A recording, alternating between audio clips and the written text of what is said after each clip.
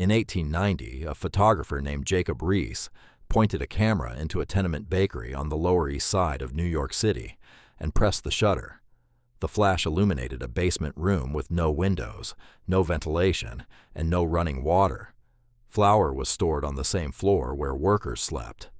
The oven sat in a space so cramped that the bakers could not stand fully upright. Somewhere in the walls, out of frame but documented in Riis's notes, were the rats. There were always rats.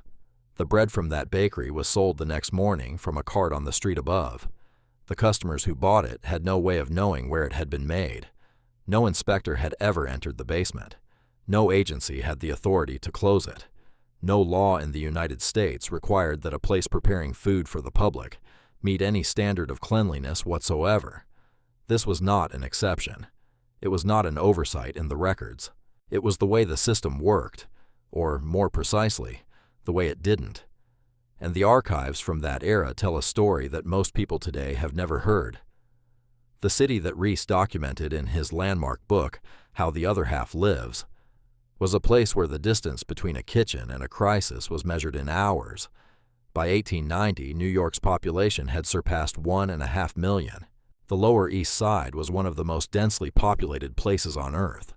Block after block of 5-story tenements, each one housing 100 people or more in apartments so small that 7 residents sometimes shared a single room. The buildings had no indoor plumbing.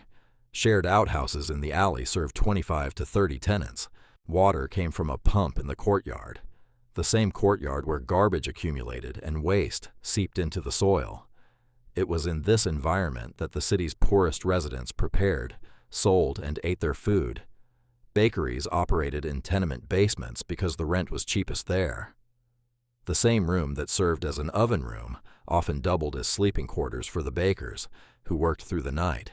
A committee investigation in the winter of 1893 entered tenement after tenement and documented what it found in the basements: barrels of old iron, broken glass, piles of old tin, and, in the report's words, a large number of dead cats, dogs, and large rats, alongside large quantities of decayed garbage.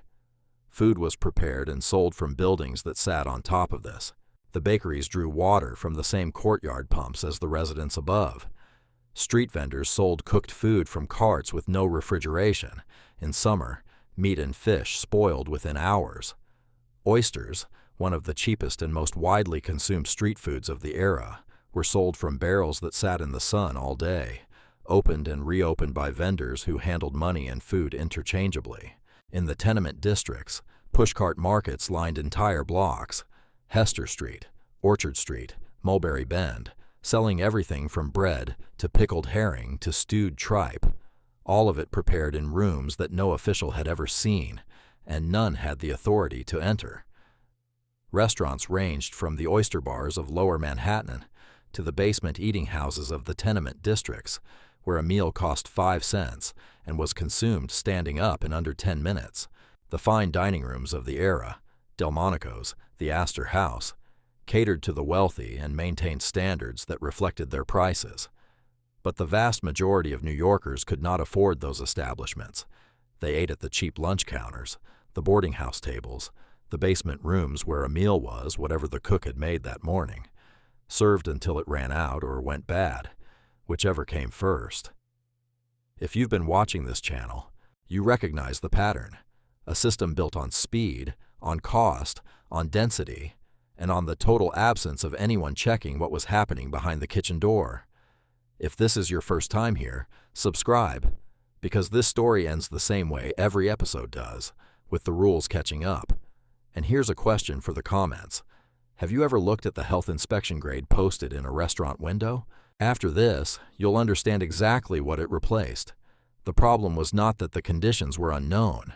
It was that no one had the legal authority to do anything about them. New York City had established a Metropolitan Board of Health in 1866, one of the first permanent public health agencies in the country, in response to a cholera epidemic that had devastated the city the previous year. The board could quarantine the sick, remove hazardous materials from public spaces, and respond to outbreaks. But its mandate was reactive, not preventive, and its reach did not extend into the kitchens where food was prepared and sold. The sanitary code that governed the board's authority contained provisions for inspecting bakeries and meat markets. Restaurants, however, the places where hundreds of thousands of working people actually ate, were not mentioned. There was no requirement for a restaurant to obtain a permit, no standard of cleanliness it had to meet, no schedule of inspections, no mechanism by which a kitchen could be evaluated, warned, or shut down. This was not unique to New York. Across the United States, no city had a comprehensive system for inspecting the places where food was served to the public. Individual states had passed laws targeting specific products, milk, meat, adulterated spices, but the restaurant kitchen remained, in the eyes of the law, a private space.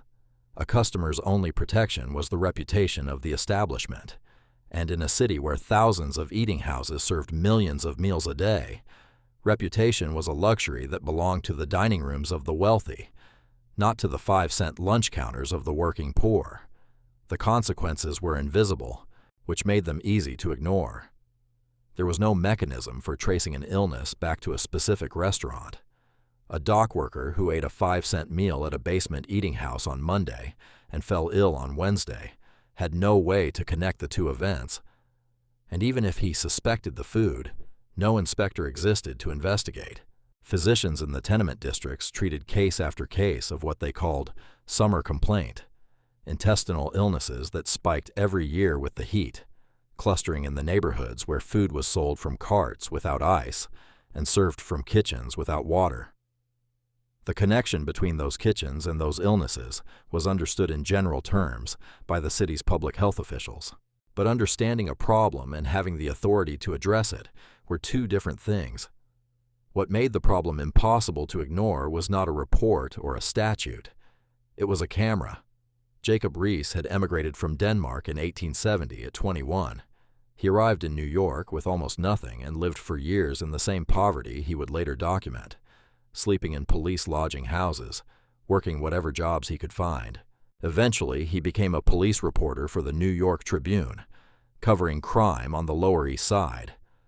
His beat took him through the city's worst neighborhoods, night after night, and what he saw stayed with him in ways that ordinary reporting could not convey.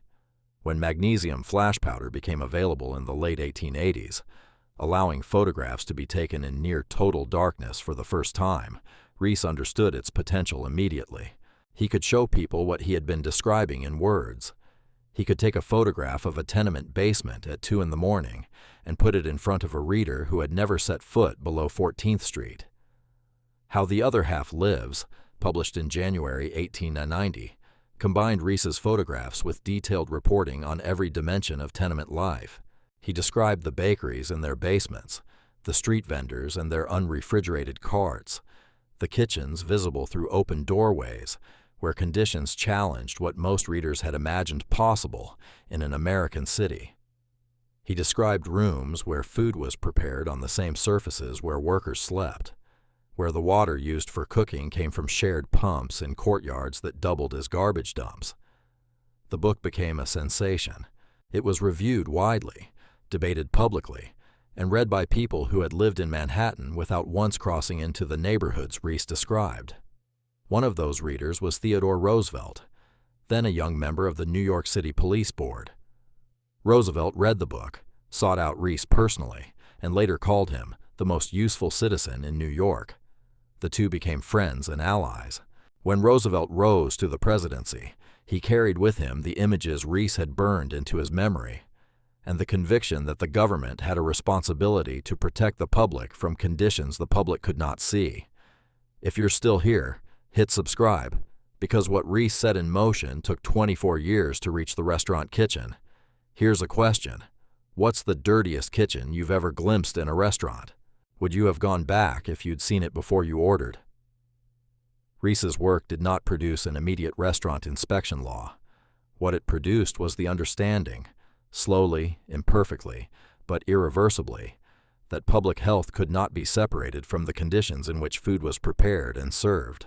And the path from that understanding to an actual law would take 24 years, pass through the hands of settlement workers, reformers, a Supreme Court case, and a hospital administrator who happened to read a sanitary code and notice what was missing. The first reforms targeted the tenements themselves. The Tenement House Act of 1901, championed by reformer Lawrence Weyer, and the Tenement House Committee, imposed building codes that changed what a tenement was required to provide.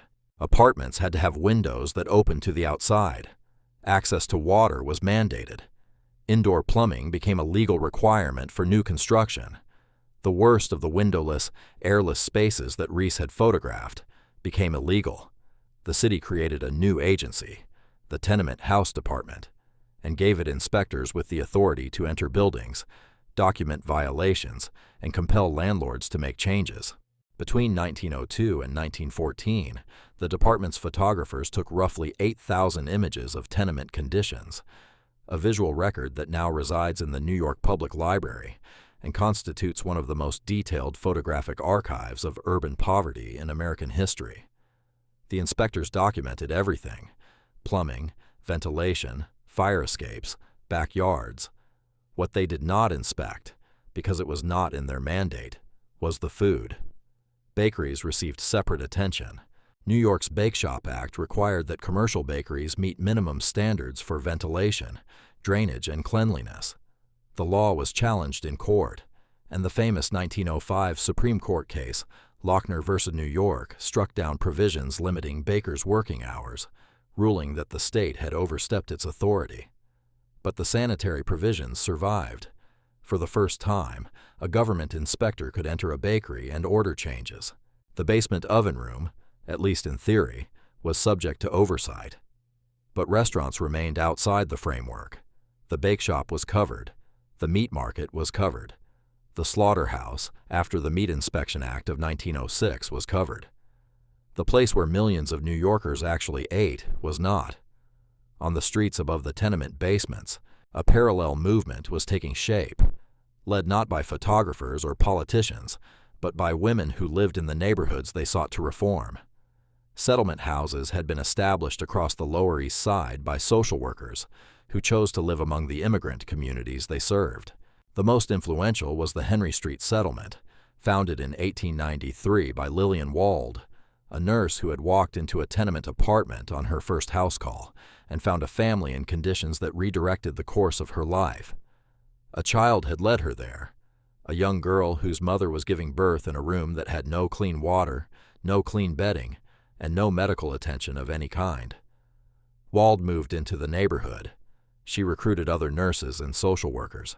Together, they established a public health nursing service that would eventually serve the entire Lower East Side, visiting families in their homes, teaching hygiene in Yiddish, Italian, and a dozen other languages, treating the sick and documenting the conditions that made them sick.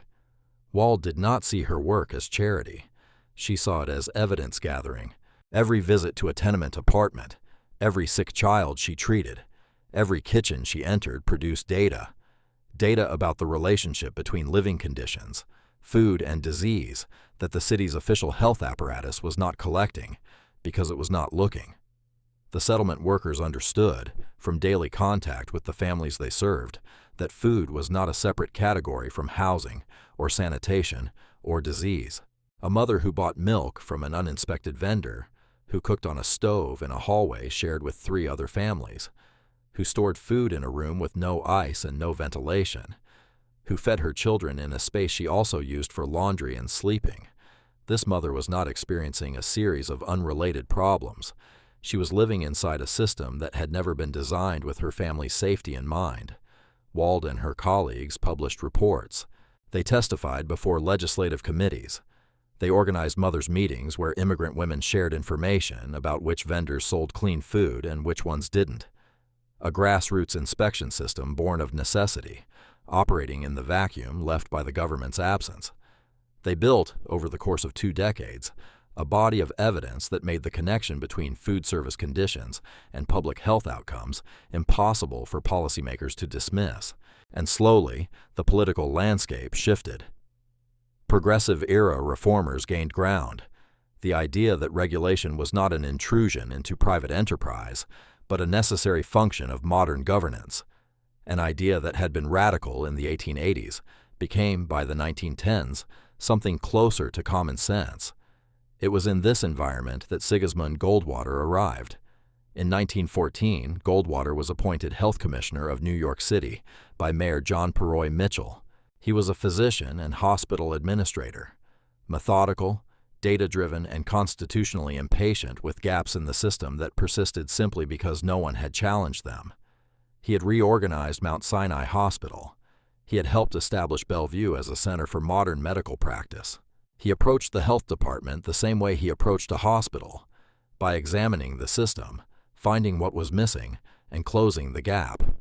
Within months of taking office, Goldwater identified the omission that should have been obvious to every previous commissioner.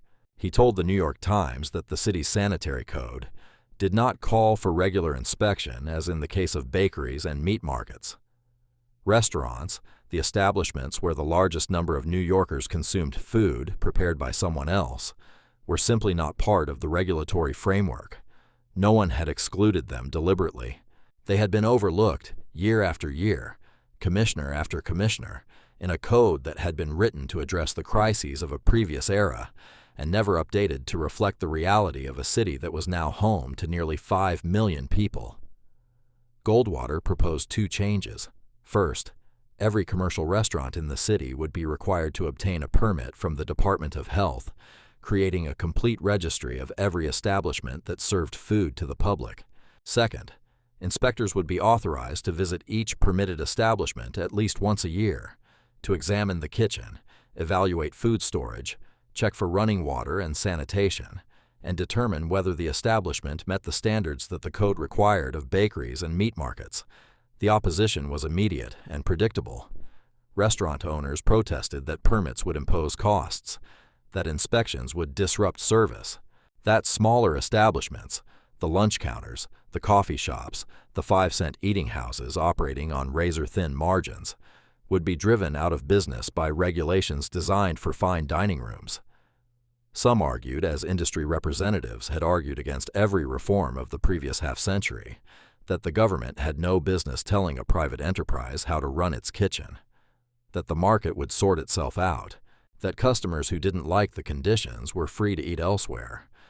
Goldwater's answer was the evidence: the illness rates in neighborhoods served by uninspected kitchens, the gap between what the law covered and what it didn't, the simple, unavoidable fact that every other category of food preparation in the city was subject to oversight, except the one where the most people ate. The permits were issued. The inspectors went out, and what they found, in kitchen after kitchen across the 5 boroughs, confirmed a quarter-century of reporting, photography, and advocacy. Some establishments were clean, well-maintained kitchens operated by owners who took pride in their premises and had invested in hygiene without being required to. Others were not. Inspectors documented food stored at room temperature in midsummer. They found raw meat placed beside cooked dishes with no separation. They found kitchens with no soap, no hot water, and no designated hand-washing station. They found cooking surfaces that had not been cleaned in days. They found storage rooms where food shared shelf space with cleaning chemicals. They found evidence of vermin, droppings, gnaw marks, nesting material, in establishments that had been serving the public for years without a single inspection. The conditions were not uniform. The worst kitchens were concentrated in the neighborhoods that had always borne the heaviest burden: the tenement districts, the immigrant quarters, the areas where rents were lowest and oversight was non-existent. But violations were found across the city, in every borough, in establishments of every size and price range. The absence of inspection had not produced a marketplace that regulated itself through competition and reputation. It had produced a spectrum of conditions that ranged from acceptable to appalling, with the customer unable to distinguish one from the other until after the meal had been eaten. Conditions were documented, violations were recorded, deadlines were set, establishments that failed to comply were closed. The system was not perfect. It was understaffed from the beginning, and annual inspections left long gaps between visits. But the principle had been established. The kitchen door could now be opened, the results could be documented, and the public, for the first time, had a mechanism, however imperfect, for holding the people who prepared their food accountable for the conditions in which they prepared it. The system spread. Chicago developed its own inspection program, building on its earlier experience with meatpacking regulation. Boston implemented restaurant permits modeled on New York's framework. Philadelphia, San Francisco, and dozens of smaller cities followed in the 1920s, each one shaped by local conditions, local outbreaks, and local politics. In some cities, the catalyst was a publicized outbreak of foodborne illness that made the status quo politically untenable. In others, it was the advocacy of public health officials who had watched New York's experiment and concluded that it worked. The details varied, but the direction was the same. Across the country, the restaurant kitchen was moving, slowly and unevenly, from private space to regulated space. The national standard arrived in 1934, at a moment when the inconsistency between local systems had become a problem in itself. A food service worker trained in Chicago's system might have no idea what New York's code required. A restaurant chain operating across state lines faced a different set of rules in every jurisdiction, and the public, increasingly mobile, increasingly likely to eat in restaurants far from home, had no way of knowing whether the kitchen they were eating in had ever been inspected at all, or by what standard. The Food and Drug Administration and the United States Public Health Service jointly created the Restaurant Sanitation Program, the first federal framework establishing uniform standards for the operation of food service establishments. The program was voluntary. States could adopt it or ignore it, but its specificity was its strength. It didn't speak in generalities about cleanliness or good practices. It enumerated, in precise and practical language, exactly what a safe food service operation required.